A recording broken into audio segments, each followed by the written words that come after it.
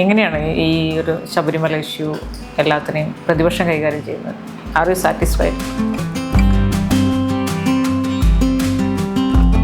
ഞാനിന്ന് ആലോചിച്ചാൽ Pinarayi Vijayan ഭരിക്കുകയും LDF government ഉള്ളപ്പം INTUC-കാരന് സ്വമയ ഇഷ്ടം പോലെ കക്കാനൊക്കെങ്കിൽ പിന്നെ എന്തൊരു ഭരണമായിരുന്നു. 2018 സുപ്രീം കോടതിയിൽ കൊടുത്ത അഫിഡവിറ്റിൽ ദേവസ്വം ബോർഡ് പ്രസിഡന്റ് എന്ന് പറയുന്നത് പത്മകുമാർ സ്ത്രീകളെ കയറ്റുന്നതിൽ ഞങ്ങൾക്ക് വിരോധമില്ല എന്ന് പറഞ്ഞ് ഒപ്പിട്ട് കൊടുത്തു. ഓൺ ചെയ്തത് പത്മകുമാറാണ്. UDF ഞങ്ങൾ ഭരണം തിരിച്ചു പിടിക്കും, ഞങ്ങളാണ് വരാൻ പോകുന്നത് എന്ന് പറയുന്ന ഒരു കാര്യം ജനങ്ങളിലേക്ക് കൊടുക്കട്ടെ. അതല്ലേ ജനങ്ങളും ആഗ്രഹിക്കുന്നില്ല, ജനങ്ങളും ഉണ്ടല്ലോ. കാഷ്വൽ റെഫറൻസിൽ ഇപ്പോഴത്തെ ഈ ഒരു സംവിധാനത്തിന്റെ അപജയത്തെക്കുറിച്ച് പറഞ്ഞപ്പോൾ ആ ടോപ്പിക് വന്നതേ ഉള്ളൂ. UDF വ്യക്തമായി രാഷ്ട്രീയം പറഞ്ഞു തന്നെ പോകുന്നത് ബിസിനസ്സുകാരനെ നിർത്തുന്നത് ഗവൺമെന്റിന്റെ ആവശ്യമായിട്ട് വരണം. ഇവിടെ ഇൻവെസ്റ്റ്മെന്റ് വരണം, ഇവിടെ ജോബ് ക്രിയേഷൻ വരണമെങ്കിൽ ഇൻഡസ്ട്രീസ് വരണം. കേരളത്തിൽ രാഷ്ട്രീയ വിഷയങ്ങൾ കത്തി നിൽക്കുന്ന സമയമാണ്. ഇതിനു മുമ്പ് ഉണ്ടായിരുന്നു, പക്ഷെ പ്രതിപക്ഷം ഇത്ര സജീവമല്ലായിരുന്നു. പക്ഷെ പ്രതിപക്ഷത്തിന് വലിയൊരു ഊർജം കിട്ടിയ പോലെ പ്രതിഷേധങ്ങൾ ഒരുപാട് വരുന്നു, അതിൻ്റെ ഇടയ്ക്ക് സംഘർഷങ്ങൾ ഉണ്ടാവുന്നു. എങ്ങനെയാണ് ഈ ഒരു ശബരിമല ഇഷ്യൂ എല്ലാത്തിനെയും പ്രതിപക്ഷം കൈകാര്യം ചെയ്യുന്നത്? Are you satisfied? ഒരു സെൽഫ് ക്രിറ്റിസിസം എപ്പോഴും നടത്തുന്ന ഒരാളാണ്. അല്ല, എപ്പോഴും നമുക്ക് നമ്മുടെ പരിമിതികൾ കൂടെ മനസ്സിലാക്കേണ്ടതുണ്ട്. ഒന്ന്, ലെഫ്റ്റ് പാർട്ടീസിൽ നിന്ന് വ്യത്യസ്തമായി അങ്ങനെ കേഡർ ബേസ്ഡ് അല്ല UDF പാർട്ടി. RSP ഒക്കെ ഉള്ള കുറച്ച് കേഡർ ബേസ്ഡ്, പക്ഷെ ഞങ്ങളുടെ സ്വാധീനം പരിമിതമാണ്. കൊല്ലം ജില്ല, തിരുവനന്തപുരത്തേക്ക്. പിന്നെ സസ്റ്റെയിൻഡ് ആയിട്ട് സമരം കൊണ്ടുപോകുക എന്ന് പറഞ്ഞാൽ അത് ഭയങ്കര ഡിഫിക്കൽട്ടായിട്ടുള്ള ഒരു കാര്യം. പിന്നെ ഇത്തവണ അനിതര സാധാരണമായ ഒരു സംഭവം ഉണ്ടായത് ഭരണ തുടർച്ചയുണ്ടായി. സാധാരണ ചെറുപ്പക്കാരെ സംബന്ധിച്ചിടത്തോളം പുതിയ ഗവൺമെന്റ് വരും, കുറെ കേസ് എഴുത്തള്ളും, അങ്ങനെയാണല്ലോ ഇത് കൊണ്ടുപോയിക്കൊണ്ടിരിക്കുന്നത്. ഭരണ തുടർച്ചയുണ്ടായി കഴിഞ്ഞപ്പോഴത്തേക്കിനും ഓരോ നേതാക്കന്മാരും, KSUവിന്റെ പ്രവർത്തകർ, ഞങ്ങളുടെ RYF-ന്റെ പ്രവർത്തകരൊക്കെ നൂറുകണക്കിന് കേസ് അവരുടെ പേരിൽ വന്നേക്കുന്നത്. അതിന്റെ പെറ്റി അടയ്ക്കണമെങ്കിൽ പോലും ലക്ഷങ്ങൾ കൊടുക്കേണ്ടി വരും. അതിനുള്ള ഒന്നും ഉള്ള അവസ്ഥയിലല്ല അവർ. അന്നേരം ഇങ്ങനെയൊക്കെയുള്ള സാഹചര്യം ഉള്ളത് കൊണ്ട് നമ്മുടെ മലയാളിയുടെ മനസ്സിലേക്ക് അടിച്ചേൽപ്പിച്ചിരിക്കുന്ന ഒരു സമരമുറ ഉണ്ടല്ലോ പഴയകാലത്ത്, അത് ഇന്നത്തെ കാലത്ത് സാധ്യമല്ല. എന്നാൽ പരിമിതിക്കുള്ളിൽ നിന്നുകൊണ്ട് ചെയ്യാവുന്ന പരമാവധി ചെയ്യുന്നുണ്ട്. ഇന്ന് ഇതിൻ്റെ ഒരു വ്യത്യാസം ഇതാണ്. 2020 ഗവൺമെന്റിന്റെ അവസാന വർഷം കോവിഡ് ആയിരുന്നു, പക്ഷെ നിരവധി വിഷയങ്ങൾ പുറത്തു വന്നു. അന്നൊക്കെ സമരം ചെയ്തപ്പോഴത്തേക്കിനും മനുഷ്യൻ പ്രാകുകയാണ്, ഇവനൊക്കെ വീട്ടിൽ പോയിരിക്കുന്നതിന് പോലെ ഇപ്പോഴാണോ സമരം ചെയ്യുന്നത്. ഇപ്പോൾ അതിൽ നിന്ന് വ്യത്യസ്തമായി യുവമാരൊക്കെ സമരം ചെയ്യാത്ത എന്താണ്? അത്രയ്ക്ക് വിരോധം ഗവൺമെന്റിനോടുള്ളതുകൊണ്ട് യുവമാരൊന്നും സമരം ചെയ്യാത്ത എന്താണ് എന്നുള്ള നിലയിലേക്കാണ് ചോദ്യം. പക്ഷേ ഇന്നിപ്പോൾ സോഷ്യൽ മീഡിയയുടെ ഒരു റീച്ച്, മറ്റേ സമരം വഴിയാണ് ജനങ്ങൾ ഇത് അറിയുന്നത് എന്നുള്ള ഒരു കൺസെപ്റ്റ് ഒരു കാലഘട്ടത്തിൽ നിന്ന് മാറി ഇന്നല്ലാതെ സോഷ്യൽ മീഡിയ റീച്ച് വളരെ കൂടുതലുള്ളതുകൊണ്ട് തന്നെ ജനങ്ങൾ നേരിട്ട് കാണുന്നുണ്ട്, അവർ വിലയിരുത്തുന്നുണ്ട്, അവർക്ക് ബോധ്യപ്പെടുന്നുണ്ട്. പിന്നെ ഇനിയിപ്പം LDF-നെ സംബന്ധിച്ചിടത്തോളം ഉമ്മൻചാണ്ടി ഗവൺമെന്റിന്റെ സമയത്ത് ആദ്യത്തെ 2-3 വർഷം അവർക്ക് ഒരു സമരവും മൊബിലൈസ് ചെയ്യാൻ പറ്റിയില്ല. അവസാനം ഒന്ന് അവരുടെ സെക്രട്ടേറിയറ്റ് ഉപരോധം വന്നപ്പോൾ പട്ടാളത്തെ ഇറക്കുന്നൊരു തീരുമാനം വന്നു. അന്നൊരു CPM നേതാവിൻ്റെ അടുത്ത് പറഞ്ഞത്, അതുവരെ അവർ ഉപരോധം വിളിച്ചിട്ട് അവർക്ക് വോളണ്ടിയേഴ്സിനെയാണ് പറഞ്ഞത്, വോളണ്ടിയേഴ്സിനെ കിട്ടുന്നില്ല, പട്ടാളത്തെ ഇറക്കി നേരിടാൻ പോകുന്നു എന്നൊരു മെസ്സേജ് ചെന്നപ്പോഴാണ് വലിയൊരു ആൾക്കൂട്ടമായി, ഒരു വികാരമായി അത് മാറി. അതിനുശേഷം അവസാനം ബാർക്കോഴ അഴിമതി ആരോപണമൊക്കെ വന്നപ്പോഴാണ് LDF-ന്റെ ഒരു സസ്റ്റെയിൻ സമരം തന്നെ. ആ കാലഘട്ടം മാറി. പഴയതുപോലെ LDF വിചാരിച്ചാലും പണ്ട് കാലങ്ങളിൽ നടന്ന പോലുള്ള സമരം ഇനിയും കേരളത്തിൽ നടക്കുമെന്ന് എനിക്ക് തോന്നുന്നു.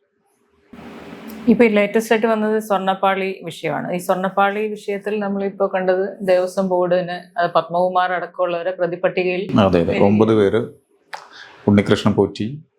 ദേവസ്വം ബോർഡ് വിഷയത്തിൽ ഇവർ വന്ന് ന്യായീകരണം പറയുമ്പോൾ പരമപുച്ഛം തോന്നുകയാണ്. കാരണം ഇത് വേറെ ആരുമില്ല, ഹൈക്കോടതിയല്ലേ ഇത് കണ്ടെത്തിയതും കേസെടുക്കാൻ പറഞ്ഞതും അന്വേഷണമായിട്ട് പോകാൻ പറഞ്ഞത്, കേസെടുക്കാൻ പറഞ്ഞത്, ഇതെല്ലാം ഹൈക്കോടതിയാണ്. അവിടെയും ഒന്ന് പല എക്സ്ക്യൂസസ് ആണ് പറഞ്ഞുകൊണ്ടിരുന്നത്. ആദ്യം ആർക്കും പങ്കില്ലെന്ന് പറഞ്ഞ്, അങ്ങനെ ഒരു സംഭവമേ ഇല്ലെന്ന് പറഞ്ഞ്, അയ്യപ്പ സംഘവും പൊളിക്കാനുള്ള ഗൂഢാലോചനയാണെന്ന് പറഞ്ഞു. ഇപ്പോഴും അത് പറയുന്നുണ്ട്. പക്ഷെ ഓരോ ഇത് മാറി മാറി പറഞ്ഞ് പിന്നെ കഴിഞ്ഞ ദിവസം വരെ പറഞ്ഞ് ഇത് INTUC യൂണിയനിൽപ്പെട്ടവരാണ് കട്ടത്. അതൊരു പ്രചരണം ഉണ്ടായിരുന്നു. അന്നേരം അതിനൊന്നും ഞാനിന്ന് ആലോചിച്ചിട്ട്, പിണറായി വിജയൻ ഭരിക്കുകയും അല്ല LDF ഗവൺമെന്റ് ഉള്ളപ്പം INTUC-കാരന് സ്വമയം ഇഷ്ടം പോലെ കക്കാനൊക്കെ എങ്കിൽ പിന്നെ എന്തൊരു ഭരണമായത്? എന്തിനാണ് ഭരിക്കുന്നത്? അല്ല, അതിന് വേറെ ഈ ഉണ്ണികൃഷ്ണൻ പോറ്റി ഒരു ടൂളാണെന്നൊക്കെ പറയുന്നുണ്ട്. പക്ഷെ ഈ ടൂള് മാത്രമാണ് അതിൽ ഒതുങ്ങുമോ എന്നുള്ളതാണ് ഒരു വിഷയം. അല്ല, അതിലേക്കാ വരുന്നത്. ഞാൻ പറഞ്ഞ അങ്ങനെയുള്ള ജനങ്ങൾക്ക് അരോചകമായി തോന്നുന്ന ന്യായീകരണങ്ങളുമായി പോയി ഇപ്പൊ ഏറ്റവും ഒടുവിൽ വന്ന് ആദ്യ ഉദ്യോഗസ്ഥരെ മാത്രമെന്ന് പറഞ്ഞ് ഇപ്പൊ രാഷ്ട്രീയ നേതൃത്വത്തെ അടക്കം പ്രതിയേർക്കും. പക്ഷെ അവിടെ ഞാൻ കാണുന്നത് പത്മകുമാർ പിണറായിക്ക് കണ്ണിലെ കരടായിട്ട് കുറെ നാളായി. അത് പച്ചയായ രഹസ്യമാണ്. യഥാർത്ഥത്തിൽ ശബരിമല അന്ന് ഉണ്ടായ 2018 പ്രക്ഷോഭ സമയം മുതൽ പത്മകുമാർ അനഭിനന്ദനായി. അന്നേരം ഇപ്പൊ വളരെ സൗകര്യമാണ്, സ്കേപ്പ് ഗോട്ടായിട്ട് പത്മകുമാറിനെ വെച്ചു. പക്ഷെ എൻ്റെ അഭിപ്രായത്തിൽ ഒന്നാം പ്രതിയായി വരേണ്ടത് കടകംപള്ളി സുരേന്ദ്രനാണ്. ഒരു തർക്കവുമില്ല. ഇതിന്റെ നാൾവഴികളും അവിടുത്തെ പ്രവർത്തനങ്ങൾ പരിശോധിക്കുമ്പോൾ പൊളിറ്റിക്കൽ ലീഡർഷിപ്പിന്റെ അറിവോടുകൂടി അല്ലാതെ ഇത് ഒരിക്കലും അവിടെ നടക്കത്തില്ല. അതുപോലെ തന്നെ വാസുവിനെ പോലുള്ളവരുടെ പങ്ക് അന്വേഷിക്കേണ്ടതുണ്ട്. ദേവസ്വത്തിന്റെ ചരിത്രത്തിൽ ആദ്യമായിട്ടാണ് ഒരു ദേവസ്വം കമ്മീഷണറെ തന്നെ ദേവസ്വം ബോർഡ് പ്രസിഡന്റ് ആക്കുന്നത്. അത്രയ്ക്ക് സ്വീകാര്യനായപ്പോൾ രാഷ്ട്രീയ നേതൃത്വത്തെ മാറ്റി നിർത്തിക്കൊണ്ട് പത്മകുമാറിനെ മാറ്റി നിർത്തി വാസുവിനെ പ്രസിഡന്റ് ആക്കണമെങ്കിൽ അത്രയ്ക്ക് ഗവൺമെന്റിന് വിധേയമായി നിന്നിട്ടുണ്ട്. ഇവരുടെ എല്ലാം റോള് പരിശോധിക്കണം. കടകംപള്ളി, വാസു അടക്കമുള്ളവരുടെ. അങ്ങനെ എന്തുകൊണ്ടാണ് VN വാസുവിനെ വിട്ടുകളയുന്നത്? അദ്ദേഹത്തിന് പങ്കില്ല. അന്നത്തെ ഇതേ കാര്യം ആവർത്തിച്ചല്ലേ VN വാസുവിനും ഇപ്പൊ പ്രശാന്ത്. അതായത് വീണ്ടും കൊണ്ടുപോയി ഇപ്പൊ പറയുന്നത് വീണ്ടും അധികം സ്വർണം പോയെന്ന് പറയുന്നു. അന്നേരം ഇത് ഞാൻ മനസ്സിലാക്കുന്ന 2022 തന്നെ ഇവർക്ക് ഇതിന്റെ വിവരങ്ങൾ പുറത്തു വന്നു.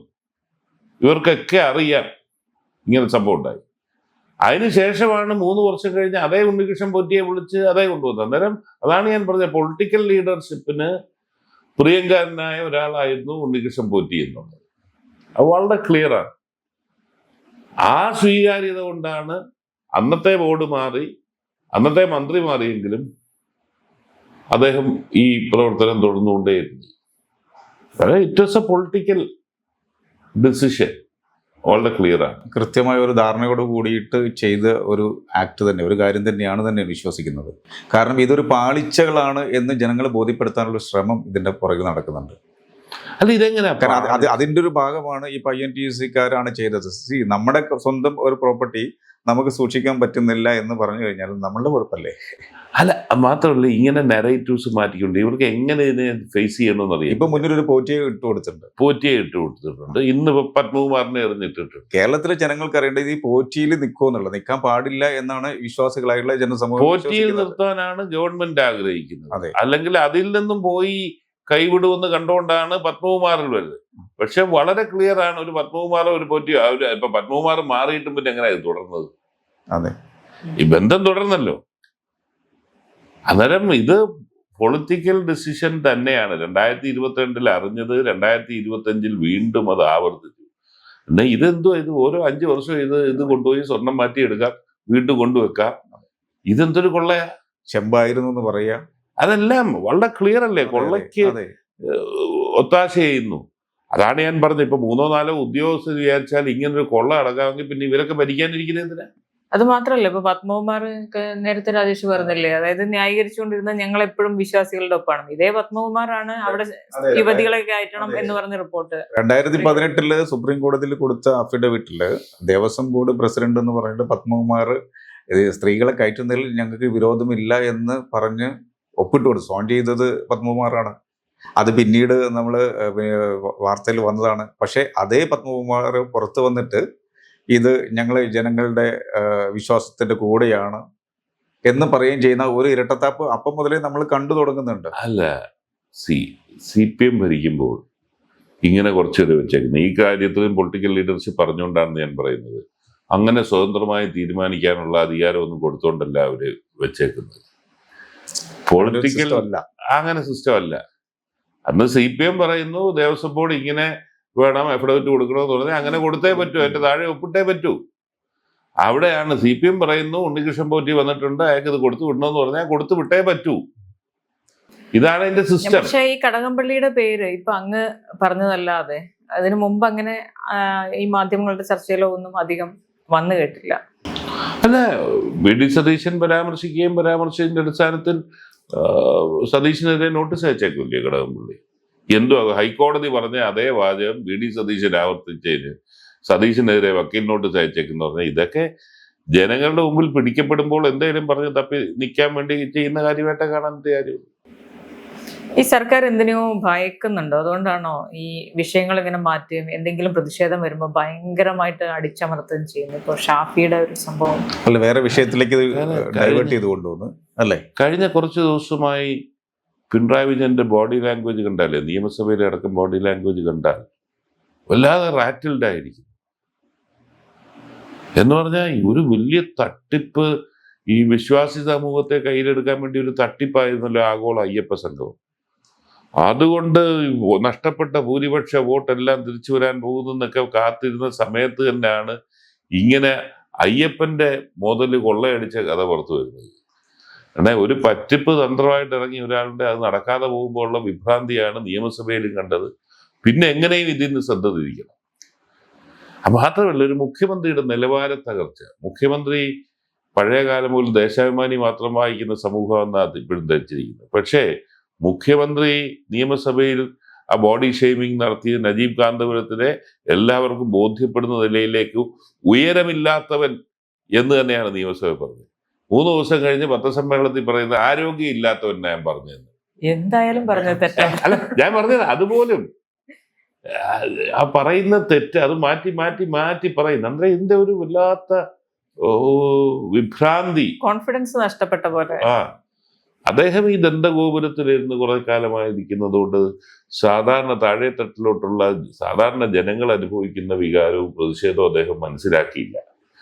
ഈ തട്ടിപ്പായി പോവാ, ഇനി ഒന്നുകൂടാകാം, അത് കഴിഞ്ഞ് ഒരുപക്ഷെ കുറച്ച് ദിവസം കഴിയുമ്പോൾ റിയാസിനെ ആക്കിയിട്ട് പിന്മാറാമെന്നൊക്കെ ആയിരിക്കാം പദ്ധതി. പക്ഷെ അതെല്ലാം പൊളിയുന്നു എന്നൊരു ആശങ്ക ഇപ്പൊ വരും. റിയാസിനെ ഒരു മുഖ്യമന്ത്രി സ്ഥാനാർത്ഥിയൊക്കെ ആയിട്ട് അത്രയ്ക്കൊക്കെ പക്വതയായോ? റിയാസിന് പക്വതയെന്ന് എനിക്ക് അഭിപ്രായമില്ല. പക്ഷെ മുഖ്യമന്ത്രിക്ക് എങ്ങനെ അഭിപ്രായം ഉണ്ടെങ്കിൽ അതാണല്ലോ ആ പാർട്ടിയിൽ നടക്കുന്നത്. അത് എന്തുകൊണ്ടാണ് കഴിഞ്ഞ തെരഞ്ഞെടുപ്പ് വന്നപ്പോൾ ജി സുധാകരനെ മാറ്റി തോമസ് ഐസക് അദ്ദേഹത്തിന്റെ എല്ലാ ഉടായ്പകളും ഉണ്ടെങ്കിൽ പോലും ഒരു സീനിയർ ലീഡറാണ്, അദ്ദേഹത്തെ മാറ്റി. വിജയിച്ചു വന്ന ശൈലജ ടീച്ചറെ മാറ്റി. സീനിയർ ലീഡേഴ്സിനെ അല്ലേ AK ബാലനെ മാറ്റി. എന്തുകൊണ്ട്? അടുത്ത മന്ത്രിസഭ വരുമ്പോൾ എൻ്റെ മരുമകന്റെ തലയുടെ മുകളിൽ മറ്റൊരാൾ വരാൻ പാടില്ല എന്ന നിർബന്ധ ബുദ്ധി കൊണ്ട് തന്നെയാണ് ചെയ്തത്. അല്ലെ, ആ നിലയിൽ നോക്കുമ്പോൾ it is by design, default അല്ല, ഇറ്റ് ഈസ് ബൈ ഡിസൈൻ അങ്ങനെ ചെയ്തതും കൊണ്ടുവന്നു. അതിന്റെ സ്വാഭാവിക പരിണാമം എന്ന് പറഞ്ഞാൽ അടുത്ത ഘട്ടത്തിലാണ് CPM സ്റ്റേറ്റ് സെക്രട്ടേറിയറ്റിലേക്ക് കൊണ്ടുവന്നു. അദ്ദേഹത്തെ അക്കോമഡേറ്റ് ചെയ്യാൻ വേണ്ടി 1-2 ചെറുപ്പക്കാരെ, സ്വരാജിനെയും പിന്നാരെയൊക്കെ എടുക്കേണ്ടി വന്നു. അതിലേക്ക് തന്നെയാണ് പോകുന്നത്. പക്ഷെ അത് കേരളത്തിൽ നടക്കുമോ ഇല്ല എന്നുള്ളത് മറ്റൊരു കാര്യം. അല്ല, ആ ഒരു തീരുമാനം അല്ലെങ്കിൽ അങ്ങനെയുള്ള ഒരു ആഗ്രഹം ബ്രേക്ക് ചെയ്യാൻ UDF പ്രത്യേകിച്ച് ഒരു ധാരണയിലേക്ക് എത്തിയിട്ടില്ലേ? കാരണം CPMന്റെ തീരുമാനം അതാണെങ്കിൽ ഞങ്ങൾക്ക് അത്രയും നല്ലതല്ലേ? അല്ല, അങ്ങനെ ഒരു തീരുമാനം വരുമെന്ന് പറഞ്ഞാൽ തീർച്ചയായിട്ടും ഭരണത്തിലേക്ക് അവർ വരും എന്നുള്ളതിന്റെ ഒരു അല്ല, അവരാഗ്രഹിക്കുന്നു. അതിനുവേണ്ടി കാണിക്കുന്ന മണ്ടത്തരങ്ങളാണല്ലോ ഞങ്ങൾക്ക് ഗുണമായി വന്നുകൊണ്ടിരിക്കുന്നത്.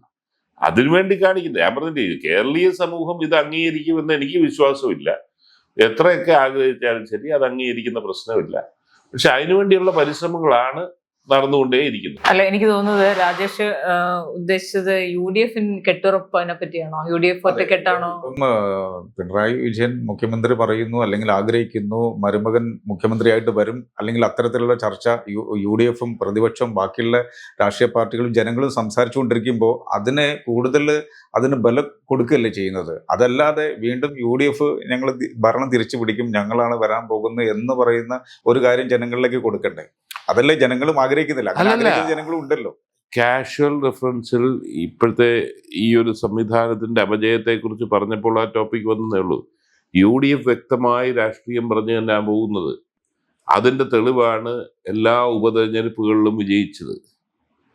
ചേലക്കര പോലും ഒരു ചെറിയ നോട്ടപ്പിശ കൊണ്ട് മാത്രം നഷ്ടപ്പെട്ടു എന്നുള്ളതാണ് ഞങ്ങളുടെയൊക്കെ അഭിപ്രായം. അതല്ലെങ്കിൽ മുമ്പ് ഒരിക്കലും ഇല്ലാത്ത നിലയിലേക്ക് 2016-21 കാലഘട്ടത്തിൽ നേരെ തിരിച്ചായിരുന്നു. ഉപതെരഞ്ഞെടുപ്പുകൾ LDF വിജയിച്ചുകൊണ്ടിരിക്കുകയായിരുന്നു. പാലാ നഷ്ടപ്പെട്ടു, വട്ടിയൂർക്കാവ് നഷ്ടപ്പെട്ടു, അരൂര് നഷ്ടപ്പെട്ടു. ഇതെല്ലാം ഞങ്ങൾക്ക് നഷ്ടങ്ങളുടെ കണക്കായിരുന്നെങ്കിൽ ഇപ്പോൾ അതിൽ നിന്ന് വ്യത്യസ്തമായി നേട്ടങ്ങളുടെ ഇത് മാത്രമാണ്. അത്തരം ജനങ്ങളിലേക്ക് രാഷ്ട്രീയം കൃത്യമായി എത്തിയത് കൊണ്ടാണ് ജനങ്ങൾ ആ നിലയിൽ പ്രതികരിക്കുന്നത്. തൃക്കാക്കര ഉപതെരഞ്ഞെടുപ്പ് നടന്നപ്പോൾ CPM-ന്റെ ഒരു നേതാവിൻ്റെ അടുത്ത് സ്വകാര്യ സംഭാഷണത്തിൽ പറഞ്ഞത്, മുഖ്യമന്ത്രി അവർക്ക് ഉറപ്പ് കൊടുത്തത് അവർ 20,000 വോട്ടിന് ജയിക്കുമെന്നായിരുന്നു. അതായിരുന്നു അദ്ദേഹത്തിൻ്റെ കണക്കുകൂട്ട്. ഫലം വന്നപ്പോൾ ഇപ്പുറത്ത് 25,000 വോട്ടിന് വിജയിച്ചു. അന്നേരം ഇതെല്ലാം ജനവികാരം അതത് സമയങ്ങളിൽ കൃത്യമായി പ്രതിഫലിപ്പിക്കാൻ UDF-ന് സാധിച്ചിട്ടുണ്ട്. അല്ല, UDF-ന് അങ്ങനെ പൊളിറ്റിക്കലി ശരിയാണ്, ആന്റി ഇൻകംബൻസി അതൊക്കെ ഫാക്ടർ ഉണ്ട്, അനുകൂല ഘടകങ്ങളുണ്ട്. പക്ഷെ അപ്പോഴുള്ളൊരു ചോദ്യം, ഈ മുഖ്യമന്ത്രി സ്ഥാനാർത്ഥി ആരാണ്? അതിന്റെ പേരിലൊക്കെയുള്ള പിടിവലികൾ അതൊക്കെ ഈ ഇലക്ഷനോട് അടുക്കുമ്പോൾ ഇഷ്യൂ ആവുമോ? കുറച്ച് മീഡിയ വിചാരിച്ചാൽ ഒത്തിരി ഇതുപോലെ സംശയങ്ങൾ ജനങ്ങളുടെ മനസ്സിൽ ഉണ്ടാക്കാൻ സാധിക്കുമെന്നുള്ളതിന്റെ ടിപ്പിക്കൽ ഉദാഹരണമാണ് മുഖ്യമന്ത്രി ആര് എന്നുള്ള ചോദ്യം. കോൺഗ്രസ് ഇവിടെ നിന്നല്ല ഒരു സംസ്ഥാനത്ത് മുൻകൂട്ടി മുഖ്യമന്ത്രിയെ പ്രഖ്യാപിക്കത്തില്ല. കോൺഗ്രസിന്റെ ഡിക്ലെയർഡ് പോളിസിയാണ്. അത് കേരളത്തിന് മാത്രം ബാധകമല്ലാത്തത് എങ്ങനെയാ? ഉമ്മൻചാണ്ടി സാറിനെ പോലും, അല്ലെങ്കിൽ കഴിഞ്ഞ തവണ ഉമ്മൻചാണ്ടി സാറും രമേശും ഉണ്ടായിരുന്നു, ആരൊന്നും പ്രഖ്യാപിച്ചില്ലല്ലോ. ഇതേ ക്വസ്റ്റ്യൻ അന്നും ഉയരേണ്ടതല്ലേ? പക്ഷേ ഞാനൊരു കാര്യം അംഗീകരിക്കുന്നു, ഇത് പറഞ്ഞ് ഈ തോക്കുന്നവരൊക്കെ പറയും ഒന്നെങ്കിൽ ഗ്രൂപ്പ് കാലുവാരിയതാണ്, അല്ലെങ്കിൽ ബാക്കിയുള്ളവർ കാലുവാരി. ഇത് പറഞ്ഞ് പൊതുസമൂഹത്തിന്റെ മുമ്പിൽ മനസ്സിൽ ഈ തമ്മിലടിയുണ്ട്, കാലുവാരലുണ്ട് എന്നൊരു ബോധ്യമുണ്ട്. ഞാൻ അംഗീകരിച്ചു. യഥാർത്ഥത്തിൽ ഒരു മണ്ഡലത്തിൽ 500 വോട്ട് മറിക്കാൻ ശേഷിയുള്ളവർ ഇന്ന് അതിനകത്ത് ഉണ്ടെന്ന് എനിക്ക് അഭിപ്രായമില്ല. ഗ്രൂപ്പുകൾ ആ കാലഘട്ടമൊക്കെ പോയി. പക്ഷെ ഇതങ്ങ് മനസ്സിൽ പതിഞ്ഞു. ഇതിനേക്കാൾ അതിരൂക്ഷമായ അഭിപ്രായ വ്യത്യാസം CPM-നകത്തുണ്ട്. CPI എന്ന രാഷ്ട്രീയ പാർട്ടി മുമ്പ് ഒരിക്കലും കണ്ടിട്ടില്ലാത്തതിലേക്ക് ഛിന്ന ഭിന്നമായി എല്ലായിടത്തും പ്രശ്നങ്ങൾ, അഭിപ്രായ വ്യത്യാസങ്ങളായി നിൽക്കുകയാണ്. പക്ഷെ അതൊന്നും പുറത്തു വരുന്നില്ല. ഈ പൊതുവെ UDF-നകത്തുള്ള ചെറിയ ഘടകകക്ഷികൾക്ക് അവരെ സൈഡ് ലൈൻ ചെയ്യുന്നു, കോൺഗ്രസ് പാർട്ടി സൈഡ് ലൈൻ ചെയ്യുന്നുള്ള ഒരു പൊതുവെ ഒരു അഭിപ്രായം ജനങ്ങളുടെ ഇടയിലുണ്ട്. അതിനെക്കുറിച്ച് എന്താ പറയാനുള്ളത്? അല്ലാതെ ആരെ കുറിച്ചാണ്? UDF ഇപ്പൊ എല്ലാവരെയും അക്കോമഡേറ്റ് ചെയ്ത് പോകില്ലേ? ആരെയാണ്? അല്ല, അങ്ങനെയുള്ള ചെറിയ ഘടകകക്ഷികളെല്ലാം സൈഡ് ലൈൻ ചെയ്യുന്നുള്ളൊരു ധാരണ അങ്ങനെ ഒരു അഭിപ്രായം ഇല്ല. ഒരു കാരണം അത് വെറുതെ UDF-നകത്തൊരു വിള്ളൽ ഉണ്ടാക്കാൻ വേണ്ടി പറഞ്ഞു വിടുന്നതാണ്. അവരുടെ എല്ലാ ആഗ്രഹങ്ങളും സാധിക്കാൻ പറ്റത്തില്ലല്ലോ. പക്ഷെ അങ്ങനെ ഒരു പ്രശ്നം, ഭരണപക്ഷത്തെ എതിർക്കുന്ന പ്രതിപക്ഷത്തിന് അത്രമാത്രം ശക്തിയില്ല എന്ന് ഭരണപക്ഷത്തിന് കാണിക്കേണ്ട ഒരു ബാധ്യത ജനങ്ങളുടെ മുന്നിലുണ്ട്. അപ്പൊ അത് കാണിച്ചുകൊണ്ടിരിക്കുകയാണ്. കാരണം അടുത്ത 3rd ടേമിലേക്കുള്ള ഒരു എൻട്രിയാണ് LDF ഗവൺമെന്റ് ലക്ഷ്യം വെക്കുന്നത്. അപ്പൊ അതിനെ തകർക്കുക എന്ന് പറയുന്ന ഒരു ശക്തി UDF-ന് ഇല്ല എന്നുള്ളതാണ് അവർ പറഞ്ഞു. ഞാൻ അതാ ചോദിക്കുന്നത്. നമ്മുടെ മുമ്പിൽ ബ്ലാക്ക് ആൻഡ് വൈറ്റിൽ ഉപതെരഞ്ഞെടുപ്പ് ഫലങ്ങൾ ഉണ്ടായിട്ടും ഇതിനെന്ത് പ്രസക്തി? UDF-ന് ശക്തി ഇല്ലെന്ന് പറയുന്ന ഏത് അടിസ്ഥാനത്തിൽ? ഏറ്റവും ഒടുവിൽ നിലമ്പൂര് CPM-നെ നിർത്താവുന്ന ഏറ്റവും മികച്ചതെന്ന് അവർ വിശ്വസിച്ച സ്വരാജിനെ തന്നെ നിർത്തി. അവിടെ അൻവർ എന്ന് പറയുന്ന ഒരു ഫാക്ടർ ഉണ്ടായി. ഞങ്ങളൊരു ബോൾഡ് ഡിസിഷൻ എടുത്തു. ആ ഡിസിഷനിൽ നിന്നു. അൻവർ പറയുന്ന അനുസരിച്ച് സ്ഥാനാർത്ഥിയെ മാറ്റാൻ തയ്യാറായില്ല. അവിടെ 2 അഭിപ്രായം ഉണ്ടായിരുന്നു. ഒരു പക്ഷേ ജോയി ആയിരുന്നെങ്കിൽ കുറച്ചുകൂടെ മെച്ചപ്പെട്ട അഭിപ്രായമൊക്കെ ഉണ്ടായിരുന്നു. പക്ഷെ ഞങ്ങൾ ആയിട്ടൊരു സ്റ്റാൻഡ് എടുത്തു. 12,000 വോട്ടിന് വിജയിച്ചില്ലേ? എന്നിട്ടും എന്താ UDF സ്ട്രെങ്ത് ഇല്ലെന്ന് എങ്ങനെ ആർക്കാ പറയുന്നത്? അപ്പോൾ 100% കോൺഫിഡന്റ് ആണ്. ഒരു തർക്കം എന്നെ സംബന്ധിച്ചിടത്തോളം ഇല്ല. അപ്പൊ അങ്ങ് മത്സരരംഗത്തുണ്ടാവും നമ്മൾ പ്രതീക്ഷിക്കാം. എന്റെ പാർട്ടിയാണ് തീരുമാനിക്കേണ്ടത്. ആ ഒരു സാഹചര്യത്തിൽ പുതിയ ഒരു ഗവൺമെന്റ്, UDF ഗവൺമെന്റ് വരുമ്പോൾ RSP എന്താണ് ഒരു പുതിയൊരു ഐഡിയോളജി? എസ്പെഷ്യലി യുവാക്കളുണ്ട്, പുതിയ വോട്ടേഴ്സ് കൂടിയിട്ടുണ്ട്, നമ്മുടെ നാട്ടിൽ തൊഴിലില്ലായ്മ പ്രശ്നങ്ങളുണ്ട്. യുവാക്കളൊന്നും കേരളത്തിലില്ല, എല്ലാവരും പോയിക്കൊണ്ടിരിക്കുക. എല്ലാ വിഷയങ്ങളും അഡ്രസ് ചെയ്യേണ്ടതുണ്ട്. ഒരു വിഷയം എന്നുള്ളതല്ല. ഇവിടെ വളരെ രസകരമായിട്ടുള്ളത് 40കളിൽ തുടങ്ങിയ ഒരു പ്രോഗ്രസീവ് ചാർട്ടുണ്ട്. നമ്മൾ ഈ ഹ്യൂമൻ ലൈഫ് ഇൻഡസ്ട്രീസിലൊക്കെ വേൾഡ് സ്റ്റാൻഡേർഡ്സിലെത്തി. അത് മഹാരാജാക്കന്മാരുടെ ഒക്കെ പങ്ക് അതിനകത്തുണ്ട്. അത് പിന്നീട് ഉയർന്നുകൊണ്ടിരുന്നത് അതിപ്പം താഴോട്ട് പോകുന്നു ഇപ്പോഴും. പക്ഷേ ഇന്ത്യയിൽ ബാക്കി സംസ്ഥാനങ്ങളുമായി നോക്കുമ്പോൾ ഉയർന്നു നിൽക്കുന്നുണ്ടായിരിക്കാം, അതിൻ്റെ ഫൗണ്ടേഷൻ സ്ട്രോങ് ആയത്. അവിടെയാണ് വിദ്യാഭ്യാസത്തിൻ്റെ തകർച്ച, ആരോഗ്യ മേഖലയുടെ തകർച്ച, പൊതുവിതരണ സമ്പ്രദായത്തിന്റെ തകർച്ച, പൊതുഗതാഗതത്തിന്റെ അപര്യാപ്തത. ഇതെല്ലാമായിരുന്നല്ലോ കേരളത്തെ ഒന്നാം സ്ഥാനത്ത് എത്തിച്ചിരുന്നത്. പൊതുഗതാഗതത്തിന്റെ അപര്യാപ്തത എന്ന് ഞാൻ പറഞ്ഞാൽ ട്രെയിനിന് ഇനിയും കൂട്ടാൻ മാർഗമില്ല. റോഡ് കണക്ടിവിറ്റിയുടെ ദയനീയാവസ്ഥ നമുക്കറിയാം. ഹൈവേ വരുന്നതോടെ ഇത് ചെയ്യാം. ഇവിടെ ഒരു ഭാവനയും ഇല്ലാത്ത ഒരു ഗവൺമെന്റ് പോകുന്നു. ഒരു തെരഞ്ഞെടുക്കപ്പെട്ട ഗവൺമെന്റിനെ എന്തിനാണ് അതിൻ്റെ പ്രത്യേകത എന്ന് പറഞ്ഞാൽ അവരാണല്ലോ ഇത് ഗൈഡ് ചെയ്യുന്നത് നയപരമായിട്ട്. ഒരു ഗവൺമെന്റ് ഇല്ലെങ്കിൽ ഇവിടെ ശമ്പളം കൊടുക്കും, പെൻഷനും കൊടുക്കും, കുറെ റോഡും ടാർ ചെയ്യും, കുറെ ഓടയും മടിയും ഉദ്യോഗസ്ഥ ഭരണമാണെങ്കിലും. അതാണ് ഇപ്പോഴും നടക്കുന്നത്. ഗവൺമെന്റിന്റെ ഭാഗം എന്ന് പറയുന്നത് എന്തെങ്കിലും തീവട്ടിക്കൊള്ള നടത്താൻ വേണ്ടി കൊണ്ടുവരുന്ന പദ്ധതികൾ. അതിന്റെ തെളിവാണ് ഞാൻ അന്നേ ചോദിച്ചതാണ്. ഇവിടെ ഒരു K-ഫോൺ പദ്ധതി കൊണ്ടുവന്നു 2000 കോടി രൂപ. ഏത് കാലഘട്ടത്തിൽ ജീവിക്കുന്നു? ആര്? ഇപ്പോൾ നമ്മൾ വായിക്കുന്നു തിരിച്ചു കൊടുക്കാൻ നിവൃത്തിയില്ല, പണം അടയ്ക്കാൻ നിവൃത്തിയില്ല, അങ്ങനെ കരയുന്നു. കിഫ്ബി മൊറട്ടോറിയം കൊടുത്തേക്കുന്നു. ഇത് തുടങ്ങിയപ്പോൾ അറിയാമല്ലോ നമ്മൾ ആരുമായിട്ടാണ് കമ്പീറ്റ് ചെയ്യുന്നത്. ഇതൊക്കെ 30 വർഷം അല്ലെങ്കിൽ 20 വർഷം മുമ്പ് ഇന്റർനെറ്റ് യുഗം തുടങ്ങിയ സമയത്ത് സർക്കാർ മുൻകൈ എടുത്ത് തുടങ്ങിയിരുന്നെങ്കിൽ കുഴപ്പമില്ല. ഇതെല്ലാ വീടുകളിലേക്കും 4Gയും 5Gയും വന്ന് നിൽക്കുന്നു. അന്നേരം ISP ഇന്റർനെറ്റ് സർവീസ് പ്രൊവൈഡേഴ്സ് വന്ന് ഇതെടുക്കും എന്നുള്ള വിശ്വാസത്തിൽ തുടങ്ങി ആനമണ്ടത്തരമായിരുന്നു. ലാപ്ടോപ്പുകൾ നിർമ്മിക്കാൻ തീരുമാനിച്ചു. എന്തായിരുന്നു തോമസ് ഐസക്കിന്റെ പ്രഖ്യാപനം? എവിടെ പോയി? എന്നാൽ ഇവിടെ പ്രയോറിറ്റി തെറ്റിക്കിടക്കുകയാണ്. ഇതെല്ലാം ഇത് കൊള്ളയ്ക്ക് വേണ്ടി ഉതകുന്ന പദ്ധതികൾ മാത്രം അവതരിപ്പിച്ചതിൻ്റെ ദോഷമാണ്. അതേസമയത്ത് കോർ ഏരിയാസ്, ശ്രദ്ധിക്കേണ്ട ഏരിയാസ്, എഡ്യൂക്കേഷനിൽ വന്നുകൊണ്ടിരിക്കുന്ന ആഗോളതലത്തിൽ വന്നുകൊണ്ടിരിക്കുന്ന മാറ്റം മാത്രമല്ല, ഗൾഫ് രാജ്യങ്ങളെ ആശ്രയിച്ച് മാറി ഇന്ന് യൂറോപ്പിൽ മാനുവൽ ലേബർ, ഫിസിക്കൽ ലേബറിനടക്കം വലിയ ഷോർട്ടേജ് ഉള്ള ഒരു സാഹചര്യമുണ്ട്. അവിടുന്ന് പോവുകയാണ്. എത്ര പേരാ പോയേക്കുന്നത്? ഈ പോക്കിനൊരു വ്യത്യാസമുണ്ട്. ഗൾഫ് രാജ്യങ്ങളിൽ പോയി ലേബർ ക്യാമ്പിൽ താമസിച്ച് കിട്ടുന്നത് നാട്ടിലേക്ക് അയക്കുന്ന സാഹചര്യമല്ല യൂറോപ്പിലേക്ക് പോകുന്നത്. ഇവിടുന്നുള്ളത് വിറ്റ് പിറക്കിയാലേ അവിടെ പോയി അവന് സ്വസ്ഥമായിട്ട് താമസിക്കാനൊക്കത്തുള്ളൂ. യൂറോപ്പിലേക്കുള്ള തിരിച്ചു വരത്തില്ല. അവൻ്റെ മൈഗ്രേഷൻ്റെ രീതി വെച്ച് ഒരു അല്പ വിദ്യാഭ്യാസത്തോടു കൂടി പോകുന്നവർ ആരും തിരിച്ചു വരത്തില്ല. അവർ ഫാമിലിയായിട്ട് അവിടെ സെറ്റിൽ ചെയ്യും. അന്നേരം അവിടെ ഒരു വീട് വേണ്ടി വരും. വീട് വേണമെങ്കിൽ അവന് മോർഗേജ് എടുക്കേണ്ടി വരും. അന്നേരം പിന്നെ നാട്ടിൽ വീട് മെയിൻറ്റെയിൻ ചെയ്യാനൊക്കാതെ വരും. അങ്ങോട്ട് പണം അയക്കേണ്ടി വരും. അന്നേരം ഒരു റിവേഴ്സ് നടന്നുകൊണ്ടിരിക്കുകയാണ്. പണ്ട് നമുക്ക് ഗൾഫ് മണി കൊണ്ട് ഇവിടെ രക്ഷപ്പെട്ടെങ്കിൽ ഇപ്പോഴും അത് വരുന്നുണ്ടെങ്കിൽ പോലും ഫ്യൂച്ചറിലേക്ക് വലിയ ഒരു ഒഴുക്ക് ഇവിടെ നിന്നുണ്ടാകാൻ പോവുകയാണ്. ഇതിനൊക്കെ കൃത്യമായ പോളിസികൾ UDF-നുണ്ടോ? ഞങ്ങൾ എഡ്യൂക്കേഷൻ, ഹയർ എഡ്യൂക്കേഷൻ സ്ട്രെങ്തൻ ചെയ്യണം എന്നുള്ളതാണ്. ഞാൻ ഹയർ എഡ്യൂക്കേഷൻ മാത്രമല്ല, എൻറ്റയർ എഡ്യൂക്കേഷൻ സ്ട്രെങ്തൻ ചെയ്യണം. ഞങ്ങളൊരു കോൺക്ലേവ് നടത്തി, വ്യത്യസ്ത അഭിപ്രായങ്ങൾ വന്നു. അതെല്ലാം ക്രോഡീകരിച്ച് കൊണ്ടുപോകാനാണെങ്കിൽ വലിയ മാറ്റം കേരളത്തിലുണ്ടാവും. ഇപ്പൊ ഇനി LDF-ന് ഇനിയും എതിർക്കേണ്ട കാര്യമില്ല. അവർ പോലും വിദേശ സർവകലാശാലയെ കൊണ്ടുവരുന്നതിലേക്ക് പക്ഷെ അവര് പ്രതിപക്ഷത്തിരിക്കുമ്പോൾ അതിലേക്ക് ഞാൻ വരികയാണ്. ഇപ്പോഴത്തെ നയപരമായിട്ട് അവർക്ക് എതിർക്കേണ്ടതില്ല. പക്ഷെ നോക്കിക്കോ, എന്നാ തീരുമാനമെടുത്തോ അന്ന് അവര് തെരുവിലേക്ക് ഇറങ്ങും. അത് വേറെ കാര്യം. പക്ഷെ അതിനെയൊക്കെ അതിജീവിച്ച് പോകാൻ ഇച്ഛാശക്തിയുള്ള ഒരു ഗവൺമെന്റും അതിൻ്റെ ഒരു മന്ത്രി ഉണ്ടെങ്കിൽ കേരളത്തിൽ വിദ്യാഭ്യാസ രംഗത്ത് അത്ഭുതങ്ങൾ സൃഷ്ടിക്കാം. അതുപോലെ തന്നെ ആരോഗ്യ മേഖലയുടെ കോൺക്ലേവ് നടന്നു. ഇതുപോലെ പല മേഖലകളിലും ഐഡന്റിഫൈ ചെയ്തിട്ട് ഞാൻ ഏറ്റവും കഴിഞ്ഞ UDF ആവശ്യപ്പെട്ടത് ഏറ്റവും അത്യാവശ്യം സാധാരണക്കാരന് സർക്കാർ സേവനങ്ങൾ കൃത്യമായിട്ട് ലഭിക്കുക എന്നുള്ളത്. അതിനോടൊരു കോൺക്ലേവ് നടത്തി പരിഷ്കാരങ്ങൾ എവിടൊക്കെയാണ് വേണ്ടത്, അവരൊരു അപേക്ഷയായിട്ട് ചെന്നു കഴിഞ്ഞാൽ അവനതിന് കൃത്യമായി കിട്ടിയിരിക്കണം. നടത്തുന്ന അലയുന്ന ഒരു പരിപാടി ഇനി ഉണ്ടാകാൻ പാടില്ല.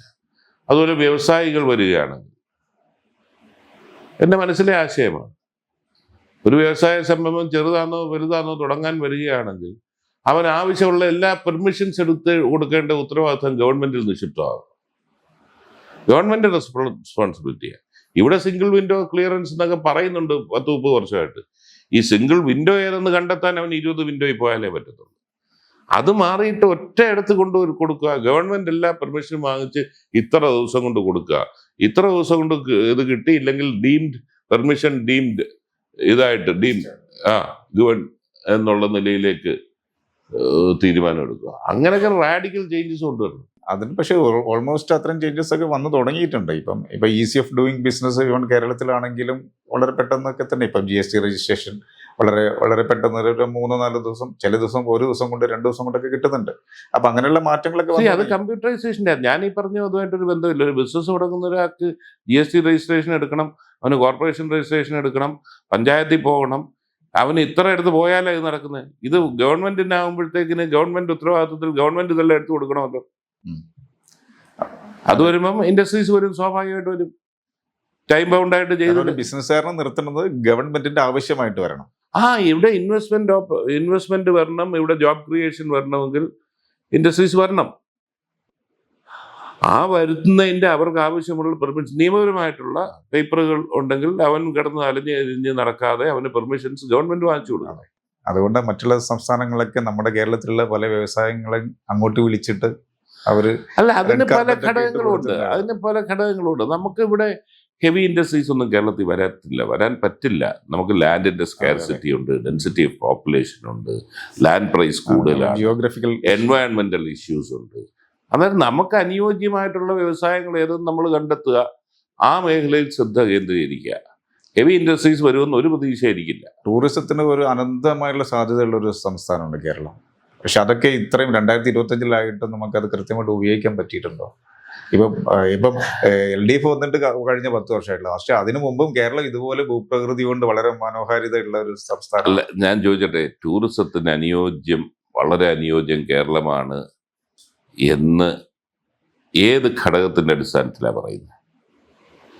ആയിരുന്നു. നമ്മുടെ പ്രകൃതി അനുഗ്രഹിച്ചു തന്ന പുഴകൾ, നദികൾ, മലയോരം, ഇതെല്ലാം നമുക്കുള്ളതാണ്. നമ്മളിപ്പോൾ ഉത്തരേന്ത്യയിൽ, ഞാനൊരു സംസ്ഥാനത്തെ മോശമാക്കി പറയുന്നില്ല, അവിടുത്തെ വൃത്തിവിഹീനമായ സാഹചര്യത്തിൽ നിന്ന് ആരെങ്കിലും കേരളത്തിലേക്ക് വരുമ്പോൾ കേരളം കൊള്ളാം, അതിമനോഹരമാണ് എന്ന് തോന്നും. പക്ഷെ ഗ്ലോബൽ ടൂറിസം സർക്യൂട്ടിൽ പോയ ഒരാൾക്ക് കേരളത്തിൽ വരുമ്പോൾ we have failed to protect our environment എന്നേ തോന്നും. അല്ല, അത് നമ്മളുടെ കുഴപ്പമല്ലേ? നമ്മളെ ഇത്രയും വർഷം ഭരിച്ച ഒരു ഭരണ സംവിധാനത്തിന്റെ പരാജയം തന്നെയാണ്. ഞാൻ സമ്മതിക്കുന്നു, പരാജയം തന്നെയാണ്. ഞാൻ ഒരു ഉദാഹരണം പറഞ്ഞത്, യൂറോപ്പിൽ എവിടെ പോയി കഴിഞ്ഞാലും യൂറോപ്പിന്റെ ഒരു സിവിലൈസേഷൻ വളർന്നത് ഒരു വാട്ടർ ബോഡിയുടെ ചുറ്റിനുമായിരിക്കും. ഏത് സിറ്റി പോയാലും ഒരു വാട്ടർ ബോഡി കാണും. അത് ലേക്ക് ആകാം, റിവർ ആകാം, അതിൻ്റെ ചുറ്റിനും ആണ് സിവിലൈസേഷൻ ഡെവലപ്പ് ചെയ്തിട്ടുള്ളത്. ഇന്നും അവിടെ ചെന്ന് കഴിഞ്ഞാൽ നല്ല കണ്ണീര് പോലെ ക്ലിയർ ആയിട്ടുള്ള വെള്ളമാണ് ഉള്ളത്. ഞാൻ ഈ 2 ആഴ്ച മുമ്പ് പഴയ യൂഗോസ്ലോവിയൻ രാജ്യങ്ങൾ 3 സന്ദർശിച്ചു. അവിടെയൊക്കെ ചെല്ലുമ്പോൾ ഈ പറഞ്ഞ പോലെ തന്നെ ഒരു വാട്ടർ ബോഡി ഉണ്ട്. അത് നമ്മൾ ഭയങ്കരമായി അതിൻ്റെ ചുറ്റിനും അത് കാണുന്നു, ആസ്വദിക്കുന്നു, തിരിച്ചു വരുന്നു. വന്നു കഴിഞ്ഞപ്പോൾ ഞങ്ങളുടെ കോളേജ് ഗെറ്റ് കയറി വാഗമണ്ണിൽ പോയി. വാഗമണ്ണാണല്ലോ നമ്മുടെ ഇപ്പോഴത്തെ one of the hot spots of tourism. അങ്ങോട്ട് ചെല്ലുക, അവിടുത്തെ ലേക്ക് എന്തോരം പൊള്യൂട്ടഡാന്ന് കണ്ടാൽ നമുക്കൊരു അറപ്പ് തോന്നുകയാണ്. അവിടെ അതെല്ലാം ക്ലീനപ്പ് ചെയ്യുന്നത് അതിപ്പോൾ പെട്ടെന്ന് ഒരു ദിവസം കൊണ്ട് നടക്കുന്നതല്ല. പക്ഷെ ആ കാര്യങ്ങളിൽ നമ്മുടെ ഒരു എഡ്ജ് നമ്മൾ ലൂസ് ചെയ്തു എന്നുള്ള അഭിപ്രായം തന്നെയാണ് എനിക്കുള്ളത്. മദ്യ ഉപഭോഗമായിരുന്നു കേരളത്തിലെ ഒരു പ്രശ്നമെങ്കിൽ ഇന്ന് മയക്കുമരുന്ന് ഒരു യാഥാർത്ഥ്യം. കുടുംബമായിട്ടിരിക്കണം, നിങ്ങൾ നല്ലപോലെ പഠിക്കണം, വളരണം, സക്സസ്ഫുൾ ആണ്. നമ്മളൊരു ലക്ഷ്മണരേഖ കടക്കുന്ന ഘട്ടം കഴിഞ്ഞാൽ പുള്ളി അറിയുമെന്നുള്ള ഭയം അറിഞ്ഞാൽ അതുപോലെ കൈകാര്യം ചെയ്യുകയും ചെയ്യും. മകൻ രാഷ്ട്രീയത്തിലേക്ക് കയറി വരണമെന്നൊരാഗ്രഹം അച്ഛനുണ്ടായി? ഒരിക്കലുമില്ലായിരുന്നു. ഞാനടക്കം, മോഹൻലാൽ അടക്കം എല്ലാവരും അതിനോട് വിയോജിച്ചു. പക്ഷെ അതുമായി ബന്ധപ്പെട്ട് ചില പ്രശ്നങ്ങൾ വന്നപ്പോൾ ആദ്യം പറഞ്ഞ കഥയല്ല ഇപ്പോൾ വന്നത്. Chapter 4. A chapter with endless stories.